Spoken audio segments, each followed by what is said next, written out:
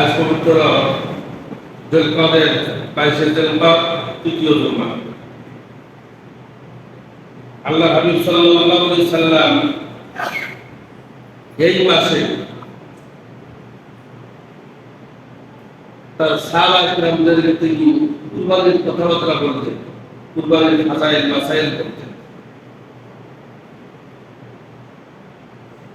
কুরবানি সম্পর্কে হুজুর সাল্লাল্লাহু আলাইহি সাল্লাম সাহাবায়ে কিরামদেরকে উদ্বুদ্ধ করতেন।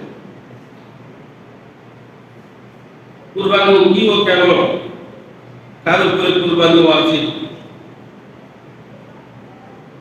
এবং এই কুরবানি কি আল্লাহর নবী জনাব মুহাম্মদ রাসূলুল্লাহ সাল্লাল্লাহু আলাইহি সাল্লাম তিনি বুঝিয়ে দিতেন।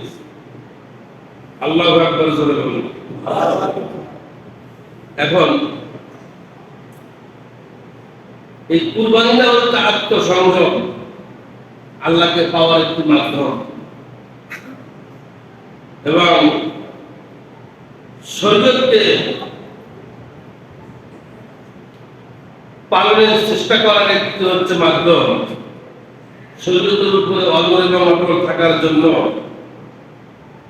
তাকওয়াভীরু হওয়ার জন্য, আল্লাহর গোলামি করার জন্য, নিজের এই 3.5 হাত বডি থেকে হিংসা রিয়াকে পরিত্যাগ করার জন্য, নিজেকে ভালো মানুষ গঠনের জন্য আল্লাহ পাক সুবহানাহু ওয়া তাআলা এই কুরবানির ব্যবস্থা করেছেন।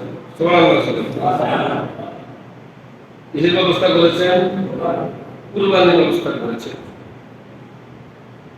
কুরবানির সর্বপ্রথম ইতিহাস আসে হাবিল এবং কাবিল থেকে। আমি সময় পেলে সামনের জুম্মা করবো ইনশাআল্লাহ।